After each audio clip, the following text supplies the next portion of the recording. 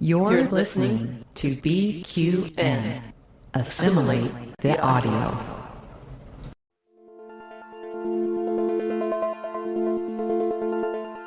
Infinite diversity.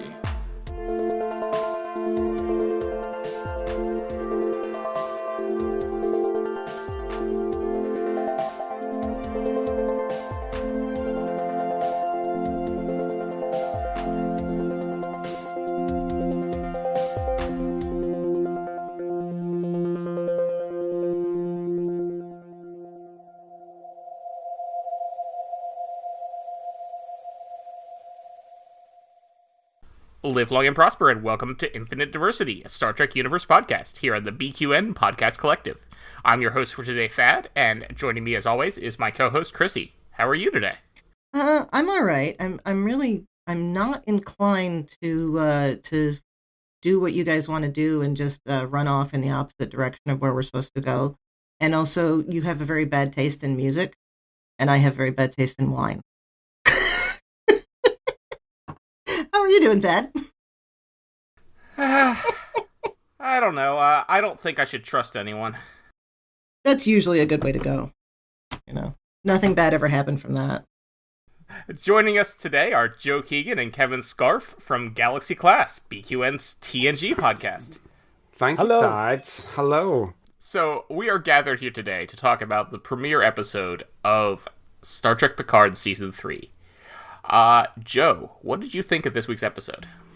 So, in terms of Picard Season 1 and Season 2, I did not like either of them very much.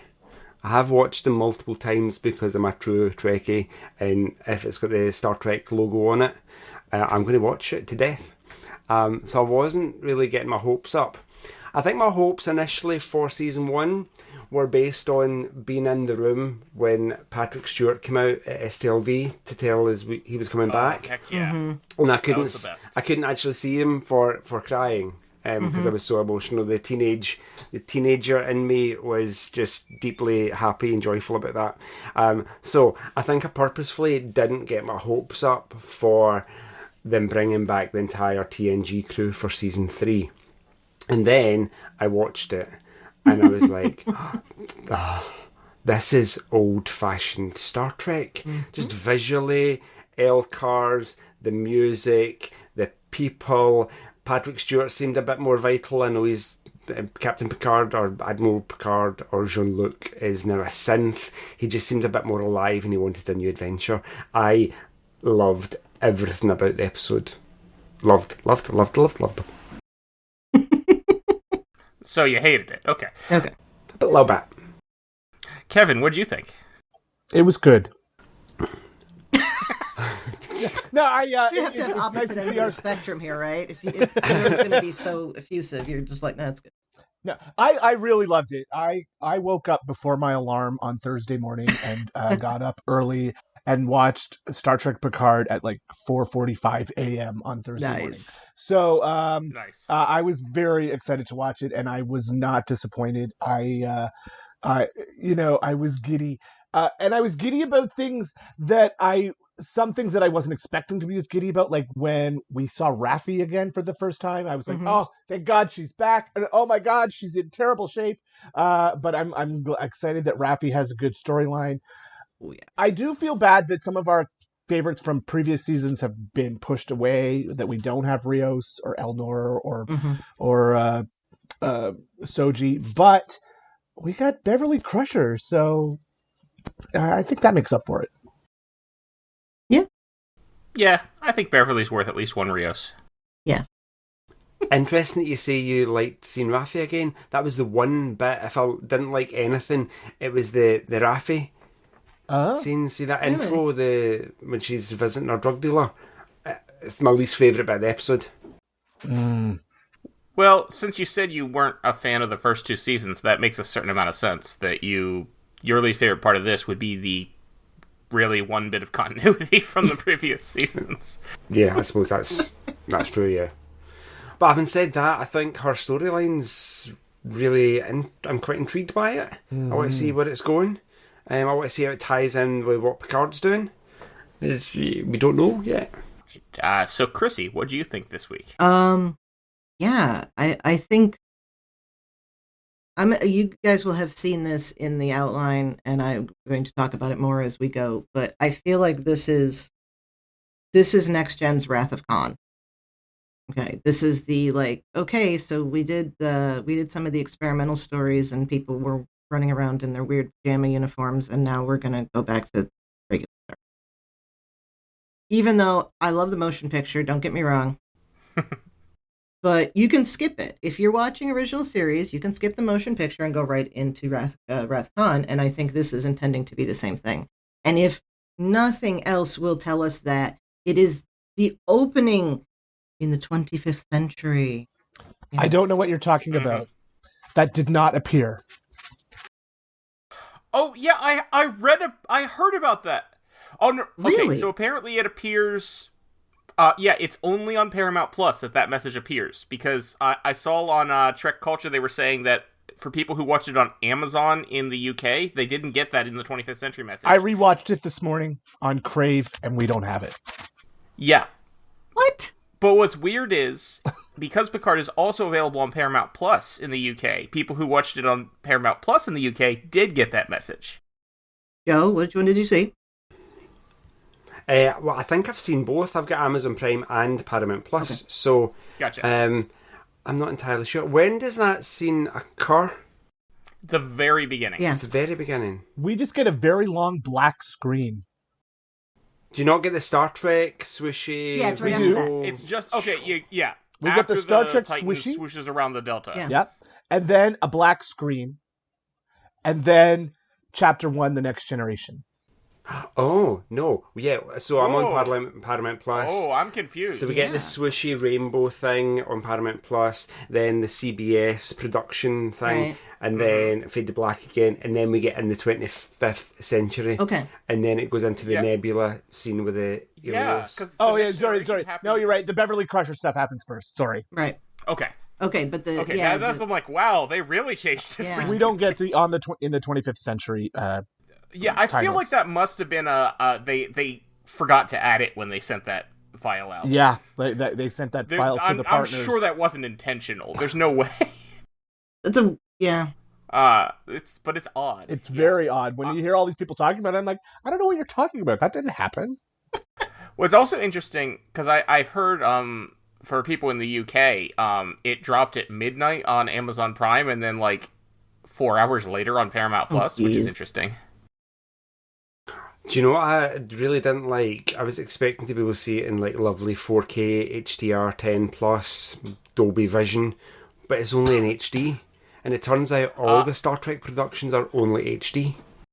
So, yes. Now, interestingly enough, it's in HD in the US as well. We do have HDR, but Picard is not in 4K in the US. Strange New Worlds and the latest season of Discovery are, but Picard is not. It just seems like a very strange decision. Is it to make us buy the Blu-ray, 4K Blu-rays, eventually? I mean, I will.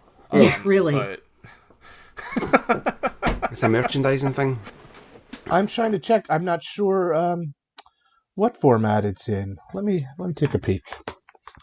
Let me take a peek at my Crave app. But also, I've noticed some weirdness vis-a-vis 4K in the Paramount Plus. Like, sometimes Strange New Worlds is in 4K and sometimes it's not. I almost felt like during season 1 of Strange New Worlds, it was like if you watched it within the first few hours of it going up, it was only in HD because they were like trying to save bandwidth or something. And then like if you went back to it a couple days later, it was in 4K. I noticed that a couple times. Like if I was watching it like the morning it came out, it was usually in HD. And I think they're doing some like weird like load balancing to try to like save bandwidth or something. Okay. Like, I don't have a 4K TV or anything like that, so I wouldn't be able to tell anyway, so I didn't even know about this. How do you tell? I mean, you got a 4K. Yeah, so I've got a 4K screen. I watch on the Apple TV.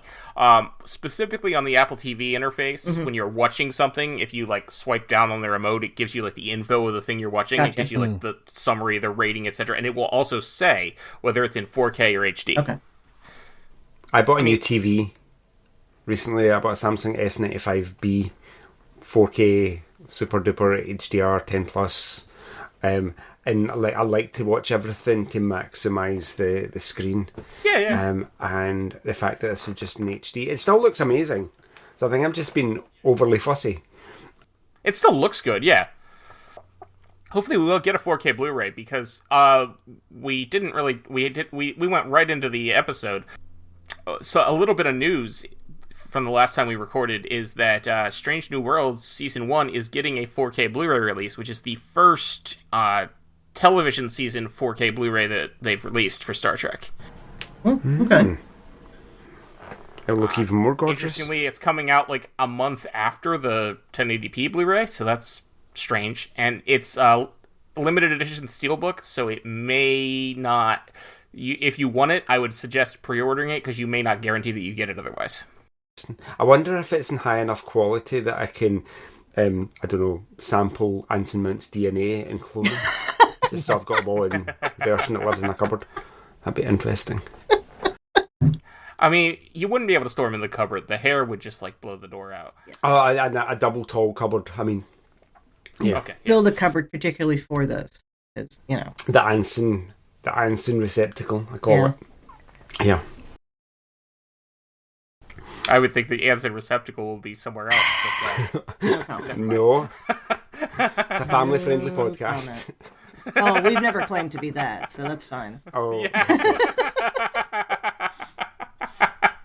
Oh, dear. Anyway. Yeah, so it's interesting. Yes, when I watched this on Paramount Plus, it was not in 4K. I'll be interested to see if I go back and watch it in a week if this episode is in 4K, like, or if the only way to see it in 4K for sure is going to be on the Blu-ray. We'll see. But either way, it looked really good. It does have HDR, which if you're only getting 1080p over there, it probably doesn't even go into HDR mode. I don't know. From what I've heard, Paramount Plus in the UK does not do 4K HDR at all yet. Oh, okay. So maybe Amazon Prime would be my shout, because it's on both. Okay. Yeah, Amazon might, because Amazon does 4K content. Yeah. I assume it does over there, too. Yeah, most of the stuff, the TV stuff I watch is in 4K. Yeah. I'm sure. Yeah, more and more TV content is 4K now. There's a couple services that don't. Like, anything that's on Hulu is only HD. Okay. But you don't have Hulu, so that's not a thing. No. Oh, that's right. All of the Hulu shows are on Disney Plus over there. Mm-hmm. Okay, we've Weird got that. to think of The Handmaid's Tale on Disney Plus, but... You know what's weird is you gotta watch out which Chippendale you're watching when you go... True. Yeah. That is a very good point. Oh, this has got Kumail Nanjiani in it. Better not show the kids.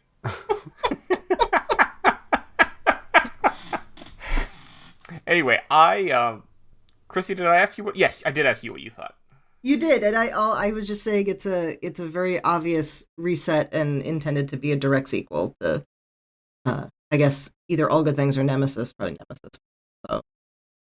Well, what I like about it is that it appears it's a sequel to both, because by having Rafi in it and Laris there in that opening scene with Picard, they're telling us that they're not, like, rebooting it completely. Right. They're not saying that season 1 and 2 didn't happen, which I would not have enjoyed. No.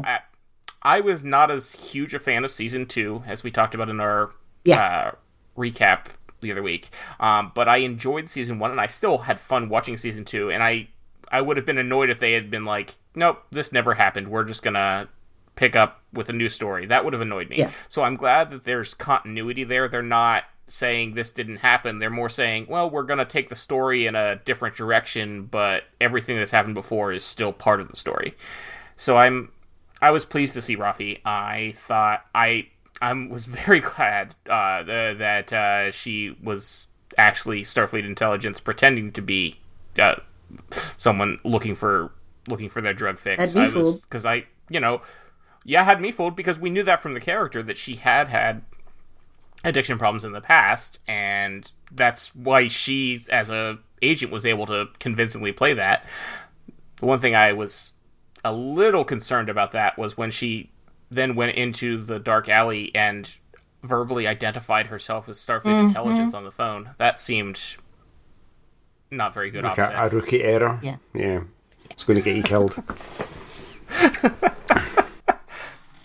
Well, But no, I really enjoyed it. I loved. I mean, anytime Jonathan Frakes is on screen as Riker, I'm going to have a good time. And I take that however you want to, because it probably is true. even in the season 2 finale, that's fine. Yeah. Shades of Grey. I was like, I couldn't think of the title for a moment.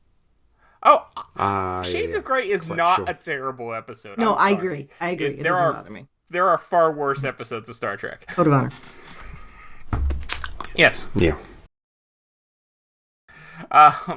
So I really enjoyed it. I loved seeing the banter between Picard and Riker. I loved seeing Seven as a commander on the Titan. I loved hating Captain Shaw. I think Todd Stashwick does an amazing job playing a character that you're not supposed to like. I think he does that fantastically, because like you just look at the guy and like, oh, this guy. But it's I've really enjoyed pretty much everything we saw this week, and I am looking forward to seeing more. I've replaced Captain Jellicoe on my I Hate This in Star Trek pedestal with Liam Shaw. Mm-hmm. I mean, I would still put Kai Wynn above Shaw, but Oh, yeah. Well, if But you're in going terms of just Starfleet members captains- of Starfleet, yeah. Yeah. oh, members of Starfleet, okay. Yeah, Shaw's pretty high up there. Bruce Maddox is pretty high. Bruce Maddox is tough. He was... You know, I 'cause he think starts out, TNG, like, Bruce terrible. Maddox, Yeah. he was Yeah, misguided. Yeah. This singular focus on his work, and he didn't realise the repercussions of it on Data. But I just got the impression about Liam Shaw that there was nothing likeable about him. I want to know what his gripe is. Is he? I very much got season 1 Discovery Lorca vibes from him. Mm-hmm. Yeah. I think Lorca was kind of likable, though. Yeah, as he much was. as Lorca was a flawed character, until I actually, like, I enjoyed Lorca. I thought, and not just in the sense of, like, I enjoyed Shaw's, the portrayal of Shaw. I thought it was a very well done character, but you're supposed to hate the character. I didn't hate Lorca. I liked Lorca.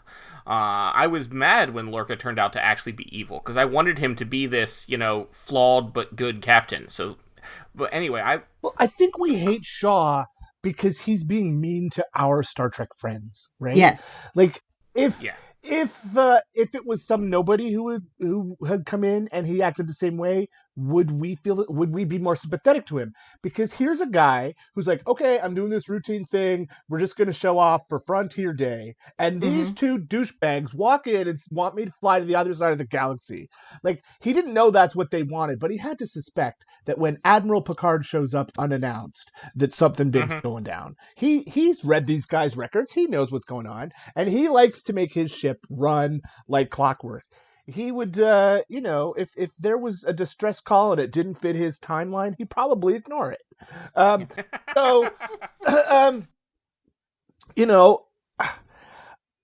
I do not like him either, but I think that's why. It's because he doesn't like Picard and Riker and Seven. Can we talk about the way he treats Seven by refusing to use the name that she wants to use? I've Former heard it ex-Borg. Yeah. that, and making her use her old name that she doesn't use. Like, Oh, yeah. that's forcing terrible. her to use her dead name Yeah. is, like, the thing that I hate Yes. the most about him, because that is just not cool. Yeah. No. Even when he's trying to be nice, like, I love you guys, I really, really do. Oh, he sounds so shitty. Yeah, there's like nothing. I don't see any redeeming features. He's eating a steak that actually turns out to be green and furry. And he's got a side plate full of what looks like brown sauce. Not barbecue sauce, it looks like brown sauce, which is a UK thing. And what is this that he's eating? And why is he making mouth noises? Oh, I was definitely Triggered. getting Return of the King's Denethor vibes. From Oh, this. I didn't think about that. Yeah. When he's eating the chicken and the tomatoes and who is Yeah. it? Mary or Pippin's singing the wee song? Oh, When Picard asks, "Are we late?" and he says, "No, your ego's preceded you, so I started. Here's a Yeah. bottle of Yeah, Chateau Picard. I laughed at I that. prefer line. Malbec. Yeah. Malbec, heathen. You got a winemaker right in front of Well, you. that's why he's saying that to be an asshole. Yeah, Right. absolutely. So Like I'm guessing he probably doesn't actually care whether about Malbec versus whatever. He probably is like, wine is wine. He just wants to be an asshole. But why is he? Why? He's trying to show dominance. Yeah. yeah. He's feeling threatened. These two Starfleet legends have just come on his ship, and he's got to show that he's, still in control, and he's feeling threatened. In the pettiest way possible. Interstellar, excuse me, gentlemen, interstellar dick waving is what this is. Um, Oh, absolutely. Yeah. although I hadn't thought of it that way until you said that.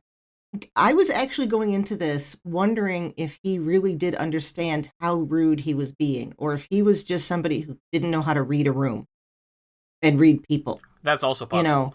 But I think you're right. I think it's more that he's intentionally, especially once we see them, stuck in the cadet quarters. you know that it's intentional. I mean, but you have to think he can't always be this much of an asshole to everyone, or he would never have made it to the rank of captain. Maybe that's just the way he's gone up through the ranks. He's been a bit ruthless and failed up. he's had this singular goal and treated everybody like crap and left them behind. Yeah, but assuming that Starfleet works somewhat similarly to way military rank in 21st century Earth works. Definitely fail up. But once you get to about the lieutenant commander rank, you have to play the political game. You have to do the schmoozing and the kissing up to various people in order to get further promotions. So he had to have not been an asshole to some admirals in order to have become a captain. Okay, I'm going to say 90% that, but take into account the loss of people because of the Dominion War and other stuff that's gone on, and they may just be lacking people to run the ship that they have. Oh, yeah, plus there was all those people that died in the Synth Uprising. Yeah, that was the plus other thing. All It those was ships that were destroyed in Prodigy. But, all of that was 20 years. 20 years before this. Yeah. Though. Well, but take that into account in terms of rank, right? Yeah. You have to have the time to bring the people up, Yeah. So that It's a here's bit like that Designated Starfleet Academy. Survivor. So It was a bit like Designated Survivor. There you go. If nobody had died during the Dominion War or whatever else catastrophe happened, then he would still be an ensign, a lower decker. But now, given the lack of people, he's just risen to the top. Yeah, for the historical reference that only one person in this group is going to understand, it's similar to it's sort of like if you think about the American Civil War. Yeah, I was thinking that. Pretty much everyone in the Union Army in the American Civil War who graduated from West Point ended the war as a general. Because there just weren't enough people. Yeah. Because so many of them went over to the Confederacy. But yeah. Well, that's a yes, good and also analogy. Yeah. So Agreed. I don't know. I was at first I was sympathetic because I thought maybe he was, the first thing I thought of when he's talking there at dinner is this is what happens if Sheldon joined Starfleet. Is he on the spectrum and doesn't know what's coming out of his mouth or doesn't understand it? But then by the time we see them in the quarters with the bunk bed, I'm like, no, he's just being an ass. Yeah. Yeah, no, I wasn't really getting... whatever the autistic version of gaydar is, I wasn't really getting that off him. But that doesn't necessarily mean he's not. Yeah. I don't think he is. I think he's just being a jerk. But there's that few minutes where you're not sure. Yeah, what is it? Loosey-goosey, bourbonista... Yes. Kind of jazz nonsense. I like my music kind of measured and in time, like strict kind of military drill sergeant idea. Like the original captain of the the Excelsior, and he had his riding crop. I was definitely getting Captain Styles vibes. Captain Styles, that's the one. Yeah, do you know, weirdly, I liked his portrayal of what we saw in the trailer. I liked him. I thought, he's going to be a cool guy, but then they've thrown us round a curve or whatever, and he's not a nice guy. Well, I hope he dies. Yeah, I'm kind of hoping for a field commission for 7 too. That's I think that whole ship is hoping for a field commission for 7, but that might be me. Yeah, I don't think anyone on the ship likes him. Yeah, yeah. So he's, but what you said earlier about, we're seeing him and he's being mean to our crew. If you flip that around, Picard's a badmiral who's come in and tried to change what he's supposed to be. Oh yeah. Doing. So, and I hadn't thought of it that way either. I mean, the thing about being mean, yes, but the way you said that made me think of. Yeah. Just for the record, listeners, Chrissie De Clerck-Szilagyi, who's the host of this podcast, called our beloved Admiral Jean-Luc Picard a badmiral. I think this is unacceptable. I think she's right. I think from the perspective of Shaw. Where's my I was not speaking from my own accord here. This is how Shaw is perceiving him. No, yeah, yes. From Shaw's perspective, this admiral and this famous captain are coming on his ship and are telling him to do something unsanctioned. Yeah.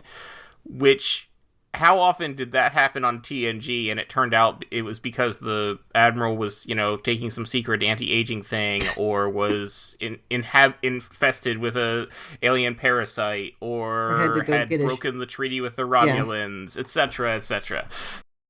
So yeah, I mean, it makes sense that he's being standoffish. I think we're used to seeing people like that dealt with a little more tactfully, because we are used to seeing people who have more tact than Shaw. So, I just can't wait to see what happens with him. I'm intrigued. And yet, here's the thing too. He says he's gonna reprimand 7 for doing what she does, and then leaves her in command of the ship and goes back to bed at the end. Yeah. He's also a guy who doesn't want to do his own job, which is captain the ship. He just wants to eat steak and look good in a uniform. Yeah, the only time he's ever on the bridge as captain is when he's yelling at 7, and then he's not on the bridge before that. If he had been actually doing his job, he would know that they had been taken off course and were doing something sneaky. And if he had been, is he maybe a reluctant captain because there's nobody available, and he kind of he got bumped up the ranks and he didn't really want it, and that's why he's played it safe for 5 years and 36 missions. So he's just done the bare minimum to get by and just followed the rule book. Maybe. And the Badmiral Picard and Bad Captain Riker are upsetting the status quo, a bit like Jellicoe did. Yeah, Jellicoe, I think, gets a bit of a bad rap, though. I know, Jellicoe's real crime is that he was mean to Riker. He didn't actually do anything wrong. No. He came on the ship, and he had his way that he wanted to do things, and he was in command, and he was within his rights to do that. Was he a bit of a dick about it? Sure. But I don't think Jellicoe is actually a bad guy. He's not as bad as everyone. Actually. I hate him for the entire episode, and then we see him in the ready room, and he's put pictures that his kids drew up on the wall, and I'm like, there's some element of humanity in you, so don't hate you as much as I previously did. Yeah. What's wild is the actor, whose name is on the tip of my tongue, but I've forgotten it, has played so many assholes over the years. He's the villain in RoboCop. He plays a senator, bad guy, president in Stargate. Yeah, well, vice president, but yes, evil politician in Stargate. He's just done a bunch of assholes, but he's a really nice guy. If you've ever met him at a convention, he's like super friendly and like just That's always the way. He's not in any way like egotistical like his characters, because obviously he's an actor. But like, yeah, his name's Ronnie Cox. Sort of like that's Ronnie it. Cox, Thank yeah. you. He's sort of like a reverse Brent Spiner, because like, if you've ever met Brent Spiner in person, he's not like a bad guy, but he's a very, very snarky, very arrogant person. Sort of the opposite of Data. Mm-hmm. That's why I'm saying that. Mm-hmm. Yeah. Anyway, we should talk about the beginning. Yeah, of we this should. that we skipped We've over. got an hour 10 here if we're going to make this work.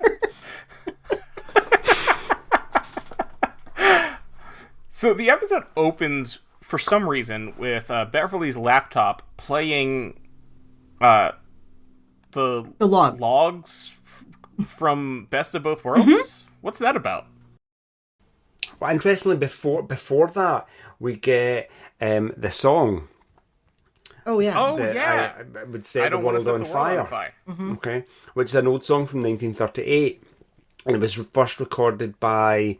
who was it that recorded it? Let's see.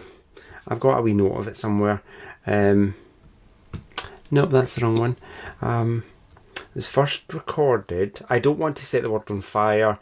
It was written by... It's a pop song, apparently, in 1938. And it was written by... recorded by... Who was it? I can't even find it. All right. Not the Hot Lips, but somebody like that. But the weird, interesting point was the song lyrics. I don't want to set the world on fire. I just want to start a flame in your heart. And it became really popular after the attack on Pearl Harbor in 1941. Oh, yeah. I could see that. That makes sense. Yeah. Which, if we tie it in with the attack on Metalis Prime, Mm-hmm. with on the Starfleet, the Red Lady, the unveiling of the Rachel Garrett statue, where they used some weird Doctor Strange spinny portal thing to drop the building through the floor, Yeah. and then make it appear in the sky and crash to the ground. Yeah, there must be... Is that a direct tie-in? But I don't know how they've tied that song on the Helios, Far, Far Away, to the events on the terrorist attack on Metalis Prime. I'm not sure. I'm not sure, but we might know, as time goes forward here. This is true. Get a clue. Yeah. That song, I know that song from playing the video games in the Fallout series. That's, I heard that, yeah. Mm-hmm. Because that's a song from the very opening of the first Fallout game. They play that song. Oh, okay. And it also makes sense in that sense, because those perfect. games are about a post-nuclear apocalypse. Yeah, kind of the end times. Yeah. Lots of fire. But yeah, to come back to the bit about where we're kind of panning through the Helios and we see why are the Best of Both Worlds captain's logs, the Enterprise... Is it maybe the Enterprise been stuck in the nebula and the Borg firing magnetometric guided charges to try and flush them out? Yeah. Yeah, that is the part that she's listening to, yes. Yeah, and she's... Oh, sorry, my watch decided to try and answer the question. Yeah, she's stuck in the nebula and she's trying to be flushed out by these really bad guys. So is that maybe why she's listening to the log to get hints? The only reason I can think of. Or is that where she got the idea of using that particular cipher when sending the message to Picard? Because that was during the same period. A little of both. Which, I want to talk about that briefly, because she tells Picard to trust no one in the message she sends to him, and then she uses a cipher that he would have to ask someone else who had been on the ship while he was Locutus to find out. Firebird. Well, she also says trust no one, and the first thing he does is tell Laris, and then Riker, and then she says don't go to Starfleet, and Riker says, well, let's go get a Starfleet ship. Yeah. Yeah. My So point is, she says trust no one, but he has to go to Riker to understand that cipher. And it's like, why would you do anyway? Yeah. Surely you would go to the last ship you were like most recently on, which would be La Serena. Yeah. Well, the Raffi's Stargate. otherwise occupied, so Conveniently. yeah. Also, she's sure lucky that Picard still had that 30-year-old uniform tucked away in a box, too. That Yes, is Lying and out, then not he up in just the happened attic. to be moving it. Yeah, So and he could wasn't hear locked away it. in Yeah. a closet somewhere. And it hadn't run out of battery. That's the least weird thing in the Star Trek universe about the fact that he kept this uniform and comm badge for no reason. Fair. This is true. I want to know, does he have a separate bin with every uniform he ever wore? That was my thought, because like on Discovery, we see that they're recycling the uniforms, and that's not even future Discovery, past Discovery. So like, And that's not even the last uniform he Right. wore on the Enterprise D. right, It's fan service. That is what that's called. it is, but it works. This whole episode is We fantastic. love it, bit yeah. of it, yeah. That's the only reason we watch. And I lap it up. Yeah. Yep. Give me all the fan service. It's fine. I'm happy with that. We've got a group chat going with former Infinite Diversity hosts Brandon Shea Mutala and Justin Oser. And as listeners who have been listening to the show for a long time may remember, Brandon is not a fan of fan service. So he was less enthused with this episode. Yes, and the other three of us were just like, trying not to scream how wonderful it was at him and say, "You're wrong," Yeah. he is, though. but that's okay. Yeah. Yeah. And to see the box, I assume the box of Jack Crusher's belongings is the box we saw in TNG Yes. that It's Beverly supposed to be. was Yeah. Yeah. and not her son, who's apparently also called Jack, played by Ed Spielers. Well, it says Lieutenant Commander, and it's got the old it maroon. does. Yeah. And it Yeah. and it does say USS Stargazer on it. No, you're Yeah. right. Yes. So what do you think the inciting incident is that has kept Beverly from talking to her friends for over 20 years? Speculate here, people. Okay, so I know the answer Well, to this. she's got this son. Yeah. Yes. So basically, mirror Beverly, because it's Beverly Sea Crusher now. Yeah. Mirror Beverly and Mirror her Beverly. husband, mirror Liam Shaw. Yeah. Came to this universe, had a baby, who's Jack Crusher Shaw, played by Ed Spielers. And that's why Beverly kid is would never Shaw's have kid? Beverly would never have vaporized the aliens. Yeah. But Mirror Beverly would, and this is Mirror Beverly. She's also got a weird, like, kind of evil Elvira streak in her hair, the grey, like she's the bad version. Okay, but remember, Yeah. And Elvira her ship's isn't really evil. dark. No, I'm thinking of like I don't know, I'm thinking of bad people that I might, like you might Cruella just add a DeVille? grey streak in the hair, like Clark Kent takes off his glasses and he's Superman, puts on his glasses and he's Clark Kent. Clark Kent also not evil. Right. I know, but So she can Beverly, take out Mirror that little Beverly, piece of her hair.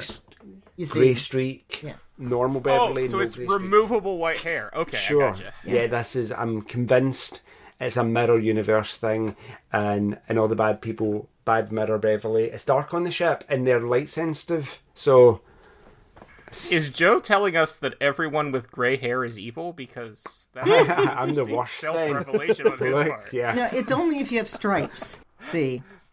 Yeah, Oh, I'm just okay. all grey. Yes. All or nothing is All grey. different. Yes. Yeah. Yeah. Inciting incident and a child. That. So same what would age. have happened Wow. 20 years ago? Where were we 20 years? How long ago was... So that's a very complicated question. Yeah. Because there is, if you go to the Memory Alpha page for this episode and then go to the discussion section where they, people talk about what should and shouldn't be in the article, there is a lively debate about what year this episode is set. I assume it's like 2401 or 2403. Yeah. So that's interesting. So season 2, the 25th century parts of season 2 happened in 2401. I feel like there's at least some time between season 2 and 3. I mean, Yeah. 7 of 9 had to be established as a commander in Starfleet between that and now, Yeah. etc., etc. Raffi's David- undercover mission would have taken a while. Yeah. Picard and Dave Laris's Blass on Twitter. relationship. Hey, know what I mean? Dave Blass on Twitter says it's 2401, and I mean, I'm sure he should know. But they're preparing for the 250th anniversary of the fleet. Yeah, that's the marker. That's the thing that's complicated. When 250 Yeah, when is that? So if we're talking 250 years since the Federation was founded, then we'd be looking at 2411. If we're talking 250 years from when Starfleet was founded, we don't actually know, but it would be before 2401. Because if we're talking 250 years from the first episode of Enterprise, we'd be in 2401. But So maybe they're talking about the launch of the Enterprise as the beginning of... yeah, that's the thought, is that they're considering the launch of the NX-01 as the start of the fleet, which isn't technically true. Starfleet existed already. There were already ships, just not, Anyway. Yeah, the numbering bothers me too. And it could be something really, I don't know, like this is the date that we set up the Federation headquarters at in Paris, and that's the official time, or... Right, yeah. but that would be 2411. Yeah. That's the complicated name. But since Dave Okay. Blass says 2401... Well, then that's what we got I to like with. that. Yeah. I So don't- that's why I'm guessing it must be... Although, tell Memory Alpha that, because the article currently says 2411, because they don't believe Dave Blass. But, Me neither. I like the here's idea the thing, that it though. would take you 10 years to get to joining Starfleet to become a commander. That seems like yeah, a I don't know reasonable if length it's of 10 time. years. Like, She's got a field I would commission. honestly believe... Or not a field Yeah, that she would commission, get but she would be enter as a higher ranking officer, but I feel like it's got to be at least 6 months. It can't be less. Oh, yeah, because, I mean, she's been on there long enough. And a couple years makes sense to me. Yeah. But again, if Dave Blass says it's 2401, I assume he knows what he's talking about. It's not going to be a decade, because it was established that Picard's body was eventually going to die. And I think they said in season 1 they gave him like a decade or something like that. And so I don't think it's quite that long.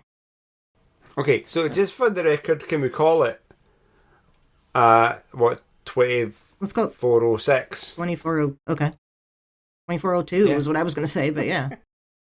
All right, so that's wrong. 6. Okay, fine. So if it's okay, but if it's 2404, it is exactly 25 years since Time not Nemesis, and I'd say Ed Spears is probably about 25, between 25 and 30 for this. Yes, the see, character. that's the other thing. Ed Spears is not... Oh, he's not. Like, the character is not, 20 years old. No. Well, no, Ed Spears, but the character also doesn't look 20 years old. No, he's... So that's where... We've got to be at least, 25 years from Nemesis. Yeah. That's a very good point. And that's The actor is assuming... 36. Well, yeah, but... Who I know from Downtown Abbey. That's not... Yeah. Yeah, Yes, well, Downtown yeah. Abbey. Oh, yeah. yes, he was on Downton Abbey, wasn't he? Mm-hmm. He was I was Yeah, saying I the didn't care American for way his to character say that it, much on Downtown Downton. Abbey. No, I was making fun. Okay, most Americans the kind of Americans who watch Downton Abbey Know that pronounce it's- it correctly. Yes, Just I was so you being... know. Anyway, so yeah, so I don't think he's a mirror young Jack Crusher. Lovely idea though, Joe. Yeah, I mean, age-wise, the fact that he's 10 years, he's in 36 doesn't mean that the character is 36. I mean, No. Patrick Stewart is only 83, but his character's almost 100. Yeah. Yeah. Mm-hmm.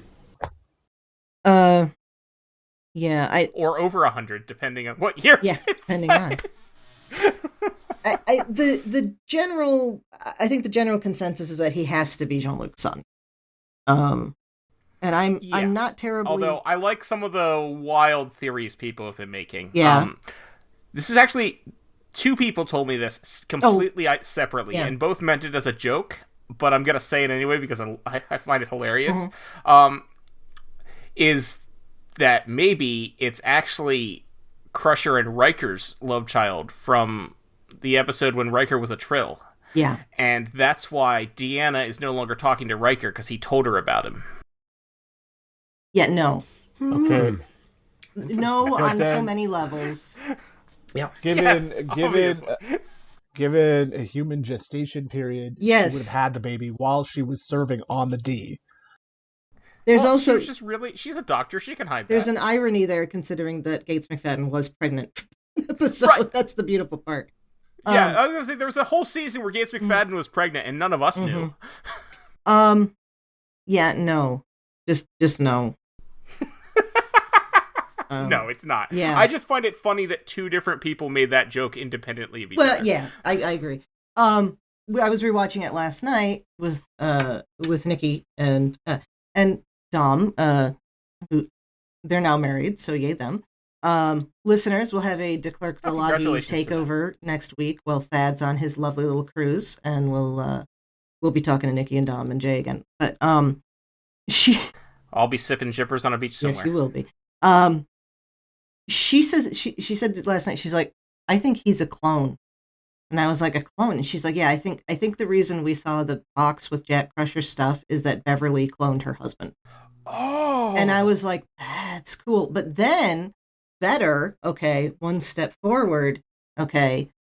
Then we were talking about it, and I think it was Dom that said, what if it's not a clone of Jack Crusher, but what if she took Jack's DNA and impregnated herself so that she has another child with Jack? So that this is Beverly and Jack's son. See, that seems more likely to me. Yes. Because if he were a clone. Yeah, you wouldn't want to. Like a when Wesley Picard Mark saw II. him, Picard would have been like, Jack? Yeah. Because he'd be around the age that Picard knew Jack Crusher. So, like, there would have been a reaction from Picard if he looked exactly like Jack Crusher. Right. Right. So I think that's an interesting possibility. I feel like that's a little more complicated than they're going with this. But but I love the idea. Oh, that is interesting. Yeah, I love the idea. I think he's still going to end up being Picard's Yeah. son. I don't like that. No. I ever since that theory was first announced, I haven't liked it. Like, people first started talking about that theory, because it just does not seem in character for Beverly to have kept that a secret. No. Picard is not Kirk. And even Kirk knew. And I mean, even Kirk knew about David. Marcus said, she's like, you had your world and I had mine, and I wanted him in mine. And he says, I did what you wanted. I stayed away. So he knew. But for him, oh yeah. And I'm a Beverly Jean-Luc shipper, and I want them to have a relationship. I don't want them to have a love child and not talk to each other for 25 years. So as much as I love the idea that they were together. But they didn't talk to each other for 20 years. And I hope That's this what I'm doesn't saying. make Beverly... Yeah, I have to believe there's a very, very good reason for this, why Beverly would stay away from her friends. Because I hope so. Deanna was her best friend for 7 years. Like, Deanna knew her More so than intimately that, yeah. that they sensed each other's emotions, right? She was literally attached to Picard at one point, you know? So for her to comment. break off such a long, important friendship, although, people do grow apart. I don't see people that I went to high school with.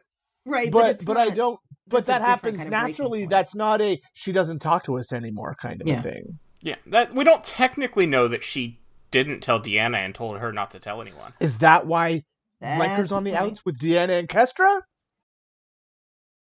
Like, why is there so much turmoil in our friends group here now? Why? don't know. The last time we saw Riker, Will and Deanna, they were a happy family. Well, a happy-ish family on Nepenthe, and What was left of them?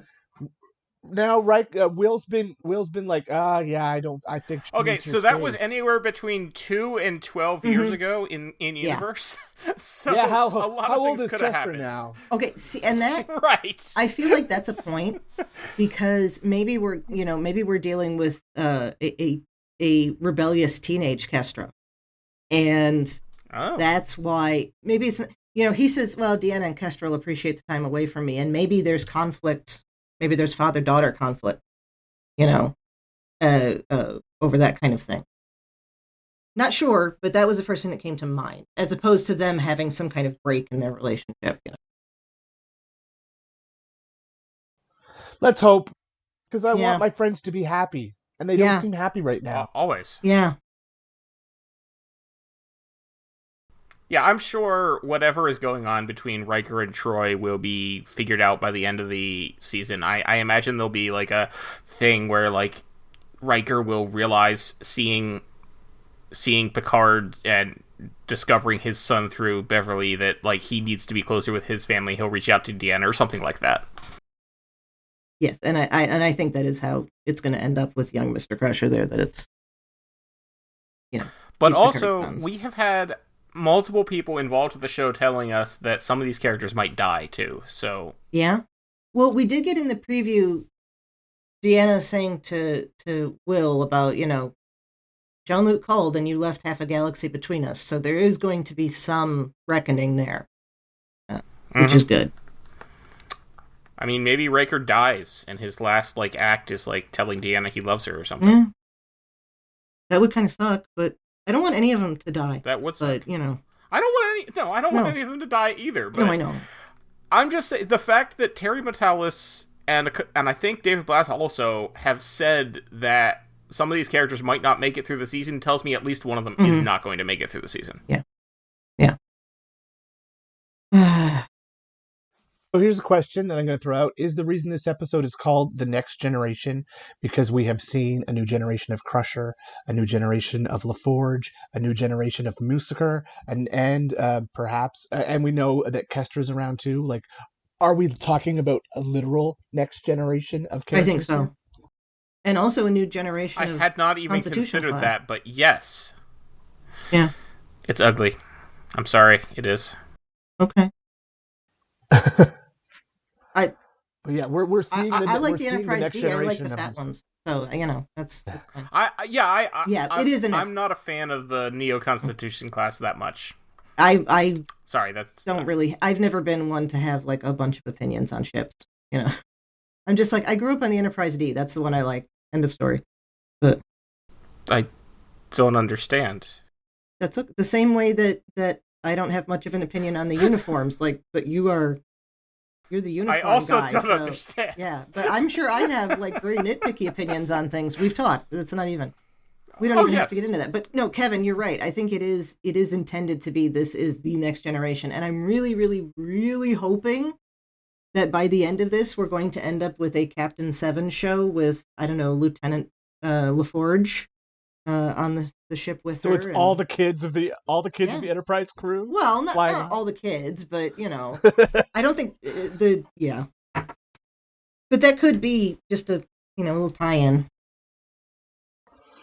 So that leads me to wonder why Soji isn't here, because she's technically the next generation of Sung androids too, right? Yeah, but I mean, we haven't seen the whole season. That's true. And even if she's not in the season, that doesn't mean they couldn't bring her in for a 25th century, Captain Seven show or something. Yeah. I'm down for a 25th century Captain Seven show. This is Star Trek Progeny, not Star Trek Prodigy. It's Progeny. I like that. Here's a random question.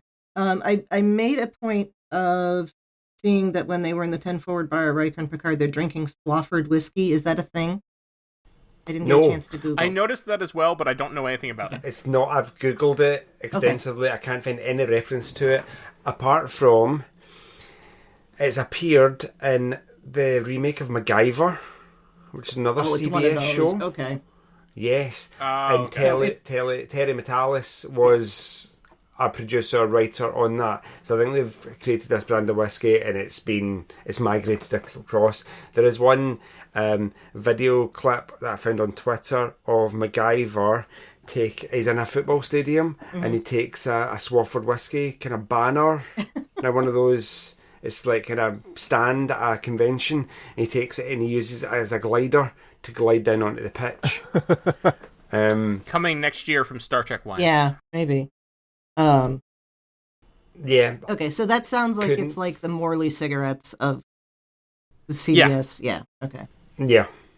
So who do we think the mysterious guy is who seems to be watching them at the bar? Did you notice him? That's somebody working for the ship that followed. Yeah, working for whoever the mysterious people chasing the Crushers are, I think. I don't think there's anything more to it masked people. He's working for the And why does he drop plague doctor people? Who, I don't get that reference, Plague Doctor? Oh, the things at the beginning that Beverly was defending against had kind of, their faces look like a plague doctor, like from the 14th century. The mask. Ah, yeah, I get you now. Bird Yeah, mask. yeah. So they're those kind of beaked masks. Yeah. Who are they? That's a very good question. Why have they been chasing the Crushers around a bunch of star systems? With different faces.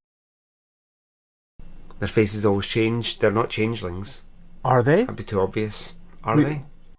We have been told there's a DS9 connection in this, other than just Worf. So maybe. I mean, Worf is a pretty big He DS9 is, character. yeah. But yes. So, I mean, they could be. I mean, this is the theory that I've been hearing, is that they could be the conspiracy aliens from season 1 of TNG. Love that. I want Oh, the that butt so bugs. badly. But for our upcoming Batleth battle, which you will hear on the next episode of Galaxy Class with this lovely panel here, I just rewatched Schisms. Mm-hmm. And the aliens in Schisms were... Whoa! Maybe it's the Schisms aliens! They figured out a way to be out of subspace. Okay. Uh-huh, because they had the hoods. And weren't they had kind of clicking? And they you're did the blowing my mind clicky right clicky now. voice. Oh, Yeah! I watched Schisms this morning and went, oh! I'm on board with this theory. I like this. I like this too. This works. And, and Beverly had found a way to help infiltrate their, so they know about Beverly Crusher.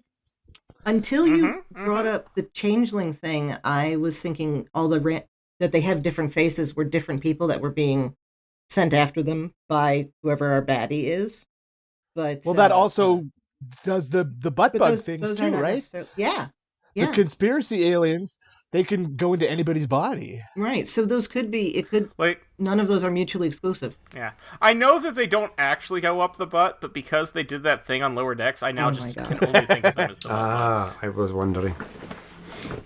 Because that was clearly referencing conspiracy, just with because it was a conspiracy, they got the facts wrong. Yeah. So those are my three options. Conspiracy aliens, Schisms aliens, changelings. Okay. Why not all three? They're working together. Perhaps. Well, we don't know really anything about the Schisms aliens or the... They did describe the villain as being an old new villain, or a new old villain, something like that. So someone we've seen before. Yeah. And I don't... I mean, I know Or something. we were... And I assume if you've watched Schisms recently, it ended with this tiny beam of light coming out of the Enterprise and flying off into the galaxy, and they never followed up on what that was or where it went. Mm-hmm. Yeah, that's Star Trek for you. I Well, also yeah, got and it's in the books. Xindi Insectoid Oh, maybe. vibes from the ship. Ooh. Yeah. The big kind of... See, to me, it looked like a About the cleaned up nebula? Narada. Like a sleeker... Yeah, it more reminded me a lot modern of the Narada. Yeah. Lots of possibilities. I can't wait to find out yeah. which one it is. Or, Oh, I or know, maybe this is it'll be just- none of them. It could... Something else entirely we haven't thought This of. is... Well, but it couldn't... I mean, it could be another Romulan mining ship. It couldn't be the literal Narada. No, I because didn't- That would be in the Kelvin timeline at this Yeah, I point. didn't mean that. I Yeah. just meant the way it was shaped, not that it was actually the But, Narada. yeah, but it could be a... But the Narada came from the Prime timeline, right? Yes, but that was... But this is... But Yeah. but it went back in time just after the Romulan supernova. But there would be which more had than already one happened ship. in this. Of that design. Probably, yes. Yeah, I just meant it can't be the literal... No, Narada. and I don't- It's I not, don't- And we have seen Amanda it's not Plummer, Nero. who's our villain Right. coming up. Like, we've seen Right. her in the promos. So, I don't know what she looks like. Like, does she look alien or she look... I don't know. She looked like she could be human, Yeah. but so do half the aliens in Star Trek, so who knows? That's another sort of flashback, too, because Captain Kirk's last nemesis was Christopher Plummer, her father. Yeah, that's Mhm. beautiful. Absolutely beautiful. Yeah, and we even see her in a spinny chair, which is just like... Yeah. Yes. Which I feel has to be a direct reference. Yeah, that's gotta be. Especially given all the other movie references in this show. Okay, Yeah, I want to talk about the music for a second because of that. great minds. actually. There we go. Because I was just gonna say, if you're talking about movie references, we gotta talk the music. the score for this episode was very much. I actually noted it down. It was like Jerry Goldsmith and James Horner were Tuvixed together, because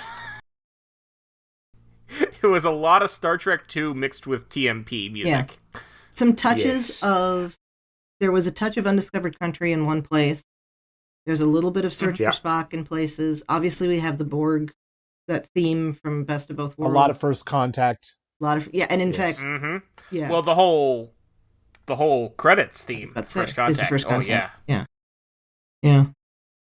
Yeah, so interestingly, Stephen Barton was brought on as the music writer for the show, and they retained Jeff Russo as kind of arranger and conductor for parts of it. Jeff Russo was a supervising composer on the show. Steve Barton has said that he is very inspired by Jerry Goldsmith, the Alexander Courage theme, and obviously we're getting kind of James Horner, Cliff Idleman kind of vibes throughout. There's I'm trying to remember back to the TOS movies. There's lots of piccolo in places, especially in, I think, maybe the Wrath of Khan, and that is spattered throughout. So I think that's why we're thinking it feels very much movie. Even the blue font that they used in the 25th century. Oh yeah, that was the Wrath of Khan font. Yeah, it's totally... For the thing that not everybody saw, but yeah. Themed. Yes. Yeah, rub it in. Sorry. Not my I mean, fault. who cares about the international audience? Certainly not Paramount. No. They'd never do that. And the Alexander Courage and Jerry Goldsmith get a shout out in the credits. Mm-hmm. Well, yeah, I think Alexander Courage does always, though. But that's... Yes, for the Goldsmith, original Star Trek theme. And I liked that the credits they also had. They also dedicated the episode to Annie Wersching. Yes. I thought That was a very nice nice touch. Yeah. good touch. Yeah. Did you get that in Canada? Yeah, that I saw. Okay. I was wondering because because obviously they had to. There had to be acknowledgement. Yeah. Yeah. Because it's very tragic that she died so young. Mm-hmm. While we're talking music, we were talking earlier, before we started recording, about the piece of music that we see in the closing credits. And Joe, you had something to say about that? Yes, well, anytime I see a piece of music, I have to jump to the piano to actually play it. And it's written in a kind of strange way. It's difficult to see because I think they've done this weird kind of holographic L cars where there's multiple layers. So you get some kind of parallax. It's hard to see kind of the note values because of the focus of the camera work and kind of where the notes actually sit. But I did put it into Sibelius and got it to play it back after playing it on the piano. And it is Pop Goes the Weasel, which, if you remember, is Data whistles it on the holodeck in the very first episode of TNG, Encounter at Farpoint, which has to tie into the fact that we eventually see a Soong-type android in the form of Lore later on in the season. Yep. Yeah, so I want to talk about that for a second, too, because the thing that when Rafi is trying to recover stolen tech from Daystrom, I thought for sure that was going to be Lore. Me too. And then we find out it's the Stargate weapon thing that they used. Well, but those aren't mutually exclusive, though. That's true. So that's... What if it's Peanut Hamper? Oh, that's also and possible. Agamus. Lore and Peanut Hamper are in cahoots. Weirdly, because Ed Spieler's character says that they've been running from this enemy and mentions some of the systems that they've been to. One of the systems is called Exoport. Okay. And it sounds similar to Exocomp. Oh, all right. Interesting. So I don't know if that's a tie-in. That might be... Yeah, Peanut Hamper is the villain. Okay. And Rafi mentions some new quantum tunneling tech that could be used as a weapon. Well, I think that's what we saw, right? right? Used as the weapon. Yeah. The Doctor Strange portals. Yeah. Yes. Or the portal. Like, it feels like that's a convoluted way to destroy a building. It makes a you could just use a statement, bomb. doesn't it? I mean, It's very visual. yeah. Yeah. They literally used Starfleet to destroy a city. Okay. Yeah, that does sort of make a message. Okay. I liked in watching that scene that, like, you see that happen, but you also see, like, the people just, like, driving by on the highway normally. Yeah. Well, because in that moment, as you're driving by, think about it, you're not, especially if you're going in the opposite direction. Yeah. You're not going to realize until it's over. The planet that happened on was called District 7? No, it No. was Metalis Prime. Yeah. It was District 7 of on Metalis Metalis Prime. Prime. Right. Okay. Yeah. Raffi starts And- out in District 6, where she's meeting her dealer, and then she goes to Serena and says she realises what's happening, set course for District 7. The city skyline gave me a vibe of, like, South American city, like Rio de Janeiro or something. That was just the vibe. I was thinking somewhere like Asia, like Singapore-ish, somewhere in Malaysia, Philippines-ish. Maybe, I don't know. Okay. I don't know.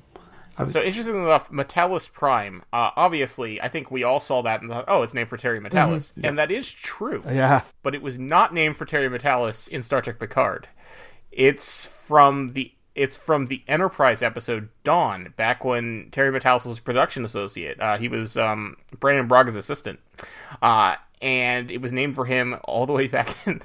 That's cool, though. And he's, obviously, I mean, if I had a planet in Starfleet, Star Trek named after me, and then I was in charge of a Star Trek show, I would also make sure that planet showed up. So that makes sense. Mm-hmm. I just thought that was kind of cool that yes, it is named for Terry Metalis, but not in the way you might think. Yeah. Yeah. The red woman, the statue in front of the building is Rachel Garrett. Yes. I had to figure that out. Boy, she can't catch a break, can she? No, not in the slightest. Well, it says it on the screen when she searches for Red Lady. It actually says Rachel Garrett statue. Oh, I missed Dedication that. ceremony. Okay. Yeah, that's how she found out. When she found out that it was that Starfleet recruitment center that she had to go to, it said it was the Rachel Garrett dedication ceremony statue. And it does look like her, but it specifically actually put the words on the screen. Yeah, and I just completely missed that. So there we go. Okay. All right, so are there any other... Oh, yeah, we didn't talk about Sidney LaForge at all. We've got Geordi's daughter as the helmsman of the ship. That's pretty cool. Really like how she's just standing there with a big smile. Is there something wrong with that ensign? So my first instinct about her was that she would be named after Sidney Poitier, which I think is something maybe LeVar Burton would I like want that. to do. But then that sounds... Ewan said to me, I better not say it on the podcast because Americans might think I'm being racist. And I'm like, I think that's... No, But- I don't... I mean, I don't think you're being racist. But the name Sidney LaForge was from the episode All Good Things.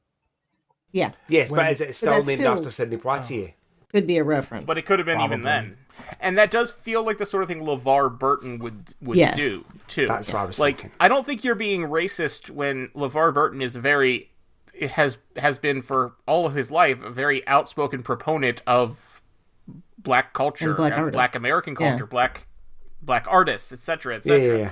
So I don't think that's racist. No, that was my instinct. Yeah, I mean, Okay, it's maybe not as obvious as if it were Alex Haley LaForge, but yeah, I think I'm looking forward to learning more about her.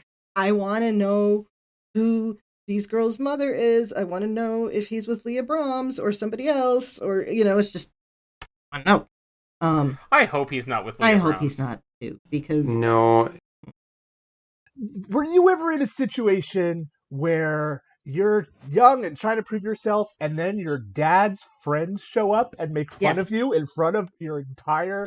Yes, I have. Oh, Mm-hmm. I felt so I really bad love where for she's just Sidney like- LaForge at that point. She like tries to like defend herself, and then she's just like, "Oh no." Never mind. Done. Oh, my dad is gonna hear about this. Oh yeah. Mm-hmm. She's like, "Dad, your friend Riker came on the ship and embarrassed me." And it sounds like Geordi outranks Will now. So Yeah. Yeah, he's Commodore. because we've seen from the trailer shots, he's definitely a Commodore now. So yeah, and he's in charge of the Fleet Museum, which I love. feels like a very Geordie thing. Yeah. Yeah. The Fleet Museum, which is on Atlan Prime. Which we see some of the little... Is that a reference to something that I missed? didn't we see a list of ships that are at the Fleet Museum in the closing credits? Yeah. Yeah, Enterprise, A, Excelsior, And Voyager? Voyager. Yeah. Yeah. minimally. And there was another one, but it wasn't a hero ship. Is Atlan Prime a reference to something that I don't know? Or It's just where Geordie's big space station, space dock is. okay, but like we haven't heard that before in Star Trek or anything. I don't believe so. I don't think so. While we're bouncing around here, because that's what we do, how do you guys feel about adding a random computer virus to an episode that we've all seen a gazillion times and there's zero evidence that was going on? Oh, Whatever. yeah. The help was it Hellbird? Hellbird. The Hellbird. Yeah, that doesn't bother me. It doesn't bother me, but I do feel like I don't know. On my rewatch, it said it added 3 to every coordinate. That's what the virus did. Every number and coordinate. Every number. So it added 3 to every number. Yeah. So if you were getting the message that Hellbird, wouldn't you subtract 3 from every number to decode it? Well, he probably tried Picard it was both ways. incapacitated. But Riker definitely added. Riker three. just went, did. we're going to add 3 and it puts us here. Oh, okay. Like I would have subtracted 3 first. Yeah, because it could just have easily have been subtract 3. Yeah, that would have been a funny episode. They go there, they're not there. Like, oh, we needed to subtract 3. Well, I can It's fix a that rounding for you. error. Okay, he added 3 with the intention of if that wasn't anything, he'd then try subtracting 3. But it turned out he was right the what first if they time. both were something? But like, it still would have been a system. The coordinates still would have pointed to somewhere. Not necessarily. Even if they were wrong. And I'm sorry, but this virus seems like an easy thing to fix. You just create a subroutine that would then subtract 3 from all your numbers. And Yeah, Data probably fixed it in like 30 seconds. Yeah, and actually that works in the context of the episode, that it's not actually a problem. But if it's a means to just create a delay for the Enterprise, it kind of makes sense. But anyway, I thought that was interesting. I like how comfortable Riker was just like, oh, when you were incapacitated, and Yeah. he's not blunt about it, but he's not, ignoring it either. I think Locutus and the Borg and 359 and all of that is going to end up being quite important in this season because Oh, yeah. they're dropping way too much about it. If it had just been Shaw's comment about the ex-Borg with the two of them at the dinner table, then like, okay, yeah. But to add the log and the music and the reference to Hellbird and all of that. Yeah, so I think we're going to have some Borg action here. Not sure how or when or why, obviously, but not sure. Yeah, there was also in the end credits. There's an official Starfleet war damage report. Oh yeah, for the USS Constance. It's a Constellation class NCC 10367. The date on it it was is lost. 359. Yeah. Oh, interesting. So again, Did you study the credits, every scene in the credits, Joe, or are you getting this from a source? somewhere? I've gone through them frame by frame and extracted Nice. all the text information. That's the dedication we love to see on this podcast. Excellent job. I'm glad you did it because I didn't. Yes.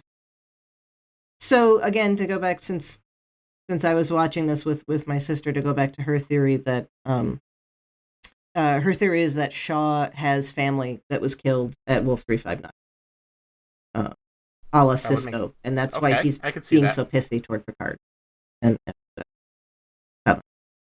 I can see that. Yeah, I mean, this is something that that has always bothered me about the aftermath of Best of Both Worlds, is that we only ever see one instance of anybody having issues dealing with Picard because of the Locutus thing. only once, and it's a plot point Cisco. for a character on another show. And I really feel like this should be an issue. This should have been an issue constantly with him. We didn't need to see it constantly, but it would have been good if it were referenced at some point.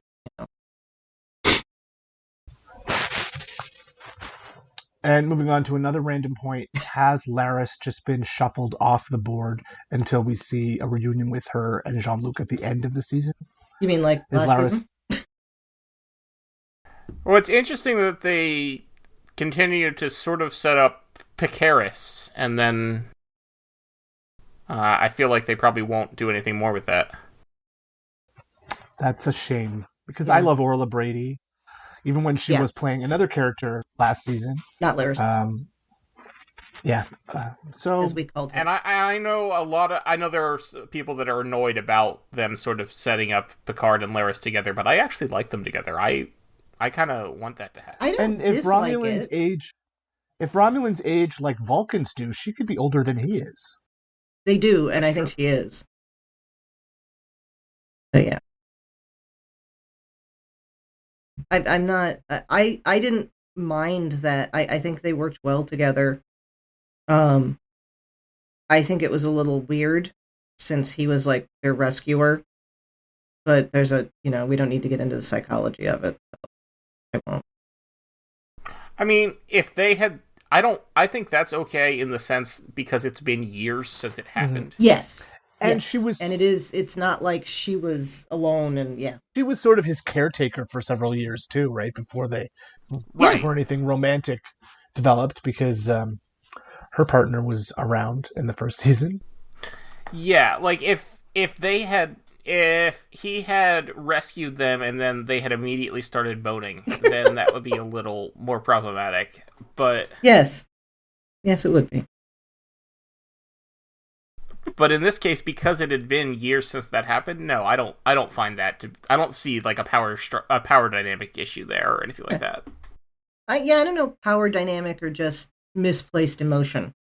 I wasn't thinking power dynamic, but either way. Oh, did we talk about who we think Rafi's handler is? I don't think we did. Worf. I think it's Worf too. Yeah. Okay. You are a warrior. So I had no direct thoughts, but everyone else saying it must be Worf because of the warrior line, I'm like, okay, sure, that makes as much sense as anything else. Somebody I have seen suggested that it's William Boimler in a couple of places. Oh, that she's working for Section 31, and I, as much as I love that idea, I don't think that's going to be the case because they already have if it she's lined working up. for Section 31, it's going to be Julian Bashir. I was thinking, please. like, we said there's a DS9 connection. Maybe it's Bashir. Please. Yeah. They are not going to do William No, Boimler. I know. That would be a bit much. I don't know but I've seen a bunch of people talking about it, and I don't know if they're serious or not, honestly. It's hard to tell on Twitter. Sure. So, it'd be funny. But we know, what's the show? What's the Boimler show? Lower Decks? Lower Decks. Oh, Lower Decks, yeah. We know they're getting a live action crossover.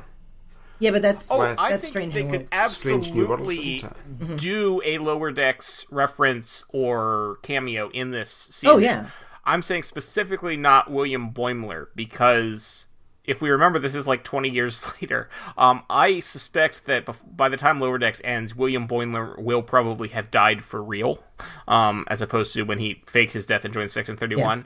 Yeah. So they probably don't want to step on whatever story Mike McMahon wants to tell there. So I don't think it'll be William Boimler. Again, now, I will guess Peanut Hamper. Yeah, that seems plausible. Or I think it's entirely possible we could just see a cameo, like,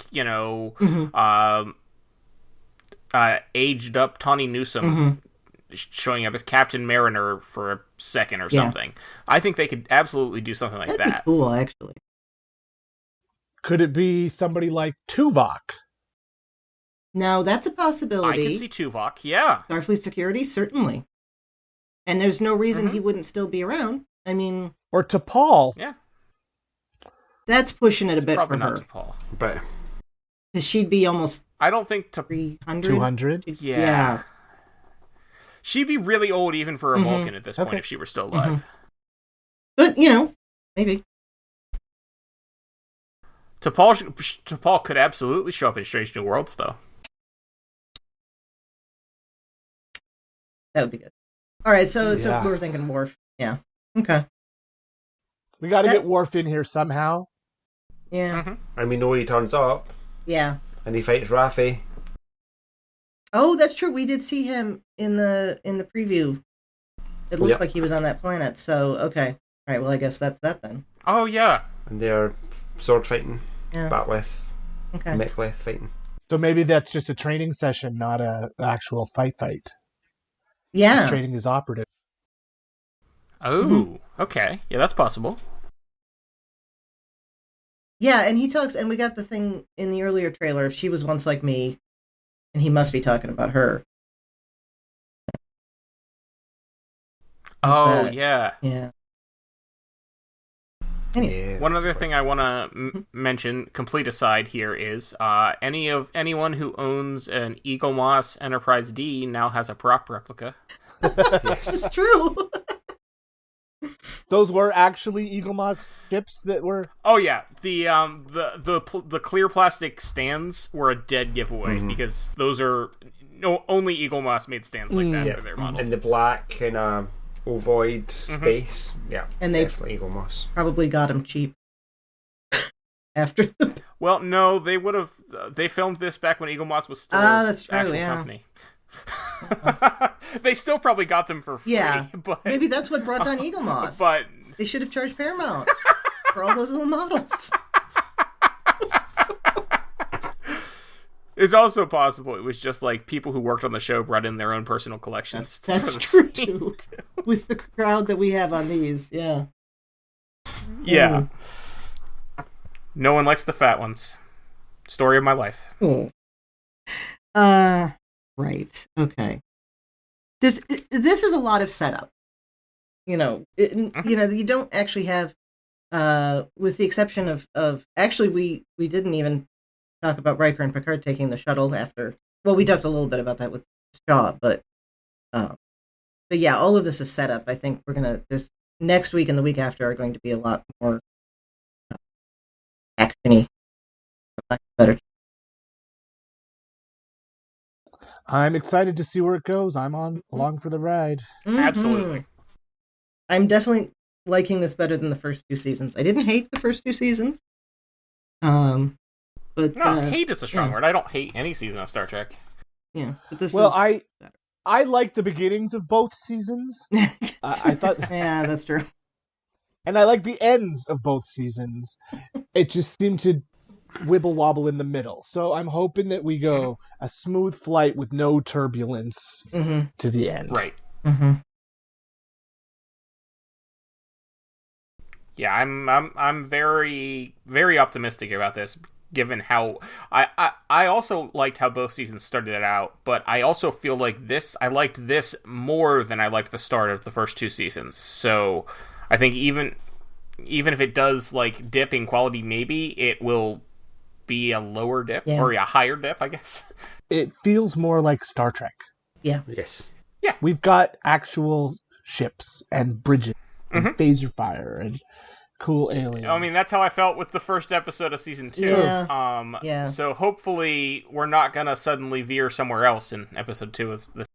And I've said that too, but it's tough because like there's lots of Star Trek that isn't ships and that kind of thing. So it's like right. yeah, that's a tough line to tight walk or whatever. But yeah, no, this was really good. I can't wait to see more. I'm just looking forward to watching this season, going for the ride. Agreed. It's a great time to be a Star Trek fan. Agreed. Mm-hmm. Anyone have any other final thoughts before we... More. Chrissy, I love how you actually put in the outline for me to talk about all the different uniforms, I did. Because I wanted to make sure we To didn't be miss fair, we don't actually really see a different... This is the same uniform we saw in season 2. Riker's wearing a sort of like jacket variant of it, but that's about the only difference, which I think is sort of akin to Picard's leather jacket from the later seasons of TNG. Yeah. I don't know. I thought it seemed like there was some different styles with the uniforms of everybody standing in the hallway. But I don't have an eye for that, so maybe I was neck, just... polo neck. Yeah. No, yeah, they all had that. No, they all looked more or less the same. It's the same uniform we saw in the Stargazer in season 2. Okay. No, it's fine. I appreciate you looking out for me there. But no, it's the same uniform, and it's the same rank insignia that we've seen since season 1. So I'm pleased that they didn't do a new uniform for season 3. Me too. It's about the only thing they didn't change. Because this is the first time that we have had an entirely new theme for a Star Trek series in a new season. DS9 and Enterprise sort of mixed their theme up a little bit, but it was still the same tune. This is entirely different. I also like that they put it at the end. I think a big reason that they did that is because in earlier seasons, the theme has spoiled who's going to be in that episode. Well, only because they had to put the names over the theme. They could have not done that.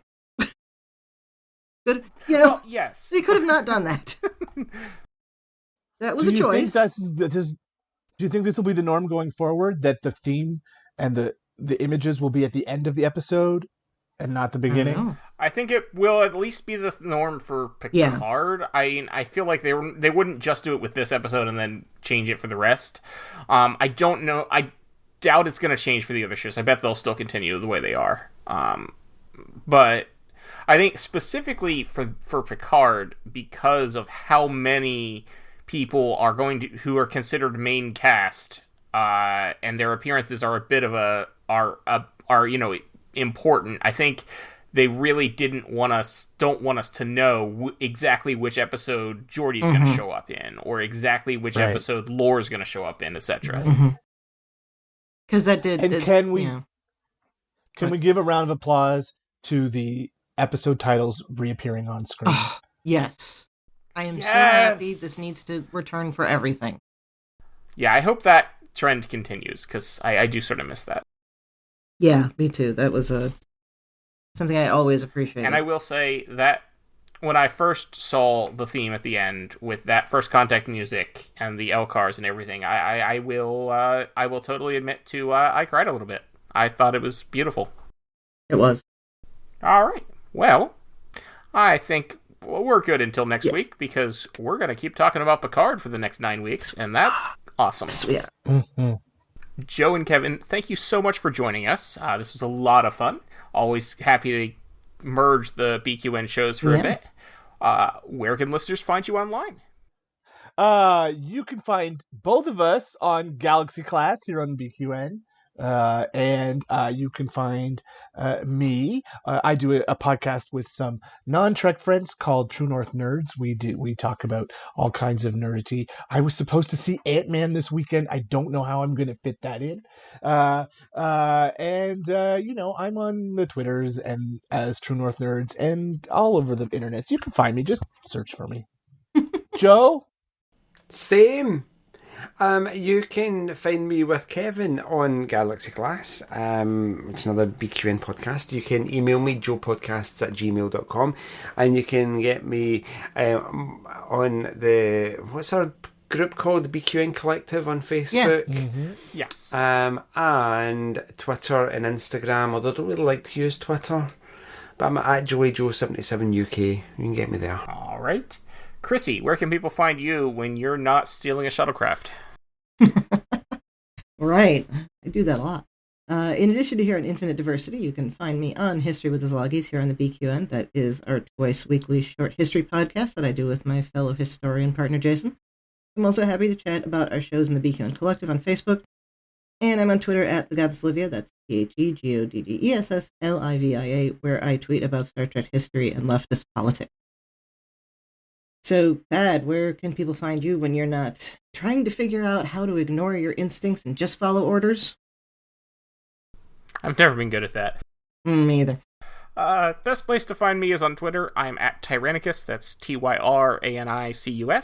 You can also hear me on the podcast I do with my friend Carl about James Bond and James Bond related things called License to Spiel. That's license spelled with a C, like the British way, because James Bond is British. And that's probably the best place. Those are the best places to find me. I do sometimes pop into the BQN Collective, but I'm not super active there, to be fair. I like that myself. All right. Okay. And don't forget all of our other great shows here on BQN Podcast Collective, like our colleagues here on Galaxy Class and also All Good Things Union Federation, What's the T-Bev, Mickey's Marvels, the aforementioned History with Szilagyi, and the new Trexperts Quiz, which is awesome. If you're not listening to that, people, you need to. And exclusively for our Patreon members, there's It's Green with Mark White and Amy's Math Moment. Thank you very much for tuning in to Infinite Diversity. Thank you to Zach Tripp for the wonderful theme music and Mark White for the awesome show art. Please subscribe in your favorite podcast player, and don't forget to rate and review us there as well. And if you'd like to reach out, you can find the network on Twitter at BQN Podcast and our show specifically at IDIC Podcast. You can also talk about any and all of the BQN podcasts in our Facebook group, the BQN Collective. On our next episode, we'll be talking about episode 2 of season 3 of Picard, titled Disengage. Until then, we bid you peace and long life.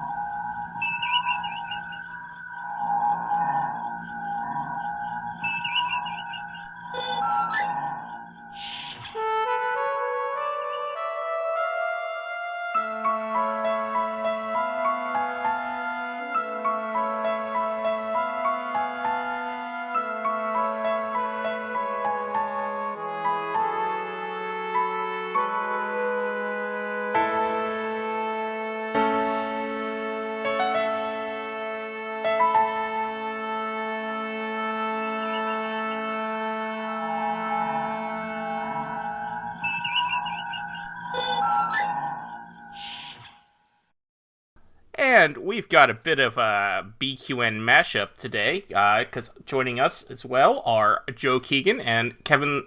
I'm sorry, Kevin, it's Scharf, right? Exactly. Hard. No, it's Scharf. With a hard F. Scharf. It's Dutch. Please leave the thing about the pronunciation of Kevin's surname. That'll go in the end of the night. Yes, thank you. It's nothing I haven't lived with my entire life.